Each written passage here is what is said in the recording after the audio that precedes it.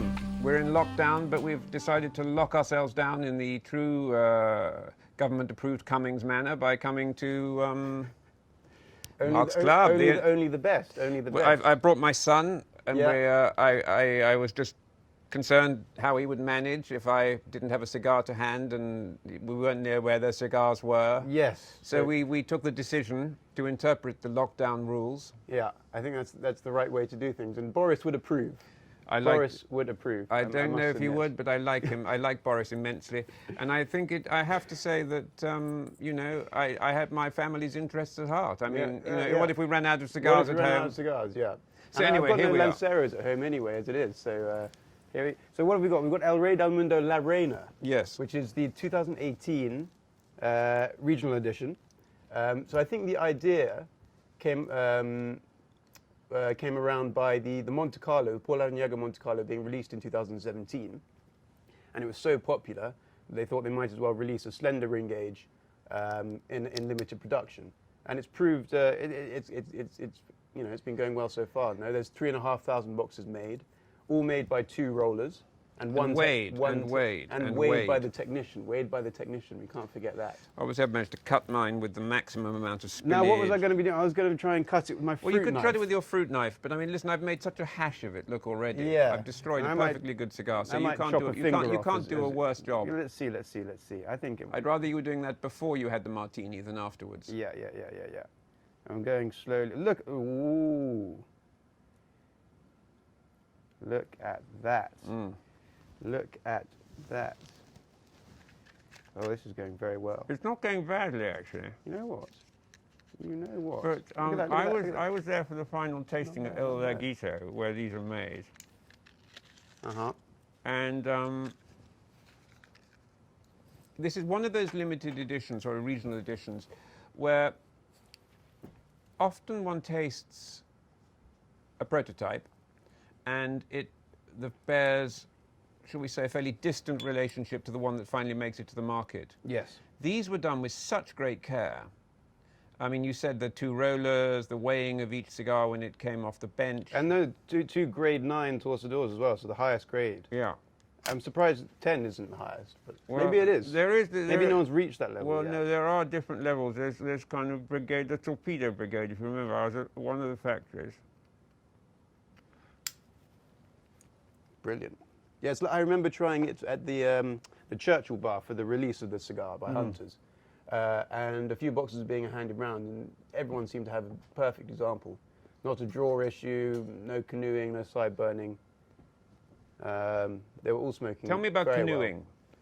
Well, that's when it's kind of slightly underfilled on one side. There's kind of an air, not an air bubble or a lack of tobacco on one side, so it burns faster on one than it does on the other. And then the other one, the side burning. Oh no, canoeing is when it goes down the middle, sorry. Side burning is... Canoeing and side burning are the same thing. Tunneling. That's it. Tunneling is the one where it goes through the center of the cigar. So here we are, we've got our margaritas or martinis or whatever it is being made. Alcoholic beverage. Certainly not Morgan Spice from the corner shop this time. We missed out on that. And a bit of ginger beer. Morgan Spice ginger beer. It's the way to go. But I find with these, what's interesting for me is that they often need the better rollers on these thinner ring gauge cigars because you don't have the latitude. Do you know what I mean? When you've got a sort of 50 plus ring gauge thing, you can... There's room for you to make a mistake. There's room for you to sort of bugger it up. Yeah. Or for you to have incorrectly destemmed leaves. Do you know what I mean? They have maybe a bit too much of the... Yeah, a bit. And now here are look. Here are our drinks. Wow, they are taking place. Look at that. Couldn't be better. You remember, I'm having the alcohol-free martini. Does that exist? It does now. Don't add the alcohol. Look at that. Look at that. That's just something that's of a. Yeah. We must describe it to the viewer as to our viewer. To the viewer. Yes. Now he's peeling the lemon. He's peeling the lemon. Look at that. My mouth is watering. How is your cigar, by the way? My cigar is very good, thank you. Funny enough, I thought I got a kind of floral, lemony flavour to start with. So I think the accompaniment of You know, that's interesting because I got that, you know, with Monte Cristo, you sometimes get Oh, that you get that tang, zesty flavour. zest of like a citrus fruit, Mm. but orange skin, I find. Mm. This is quite fortuitous if we're having so much lemon in our martini, and me and my alcohol-free martini, otherwise known as a glass of water. I must figure this Oh, out. that's great. Look at that. Wow. Thank you very much indeed. That's great. Couldn't be better. And how's yours? Actually, I have to say, the lemon peel makes a real difference. Ooh. Ooh, refreshing. Well, there's rather a lot of alcohol in there, Yeah. and It's rather delicious. rather little of anything else. I suppose the entire vitamin C, it's a very healthy drink, though, because it is a sort of essentially vitamin C-based alcoholic beverage. Are you enjoying one? I hope my brother's enjoying one. He might not be able to hold the camera after he's... No, I sincerely couple hope of he's not. them. He's got to drive. He's got to drive the 1963 Vespa that Yes. hardly stays up, you know, as it is. But what do you? 'Cause I mean, we often have these disagreements about ring gauges. So what do you like about? I think they're very comfortable in the hand. They're comfortable to hold in your jaw.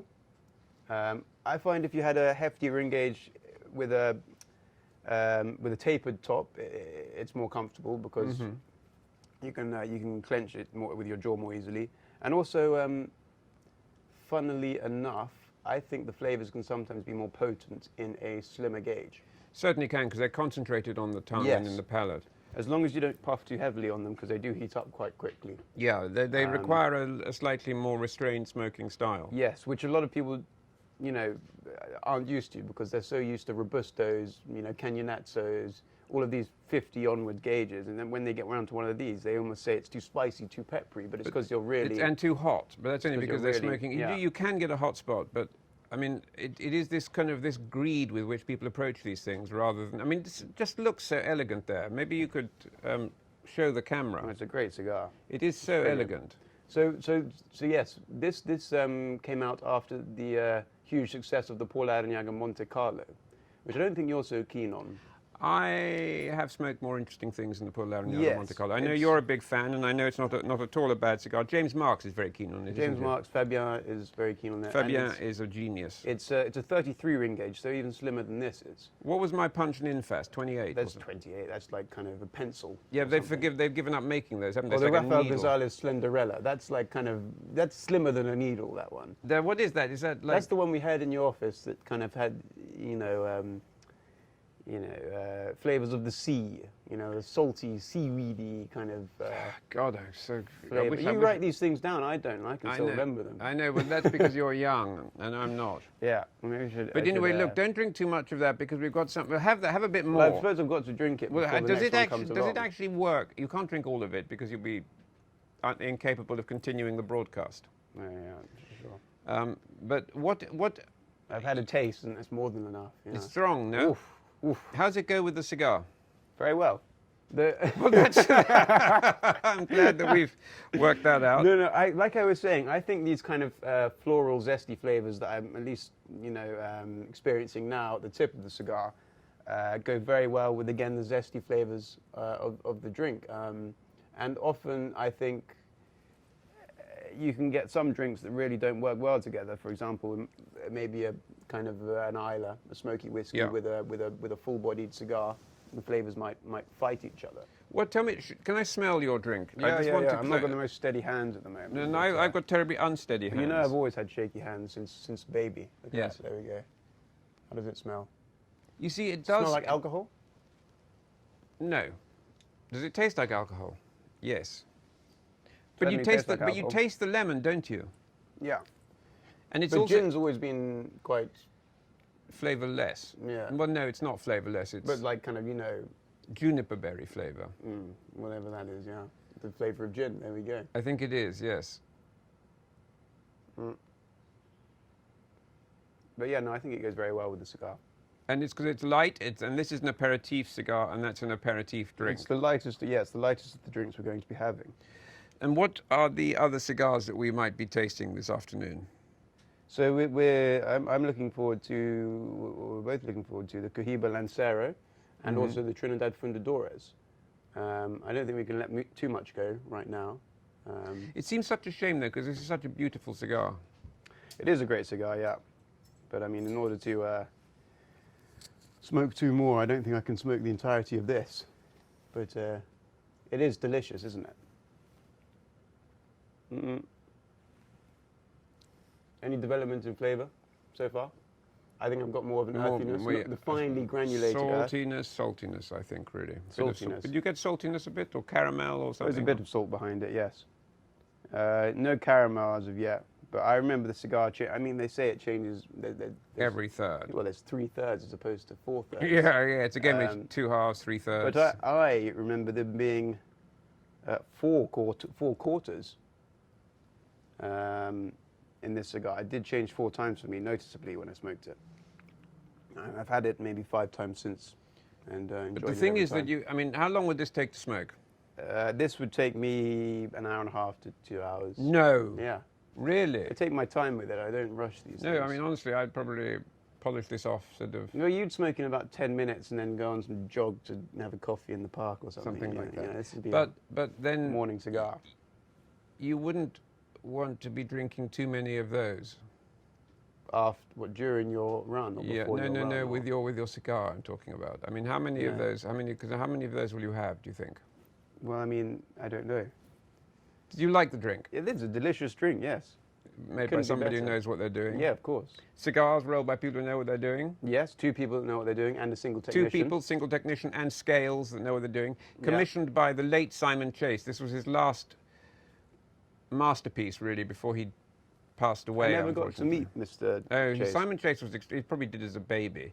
Simon Chase was extraordinary, and I remember I was at the El Laguito factory with him at the final tasting before they went into production, and already you had the sense that this wasn't a cigar that was being released too young. It was a cigar that was made with real. They've done it properly. Yeah, I mean, this. There are regional editions and there are regional editions, and then there is this cigar. I remember Gemma being very, very happy with it. Well, it's great because it's not a kind of headbanger. No. So, you know, there's enough out there already for people who want to kind of rip their heads off with a cigar. And it's proven, people that enjoy Cohiba Lanceros and looking for a lighter version, are nowadays gravitating towards the La Reina. Although it is produced in limited numbers and it won't be around forever, it's been a good. It's been and it's good, and also because it was made and came to the market at the right time, because it was a very long-term project. Yes.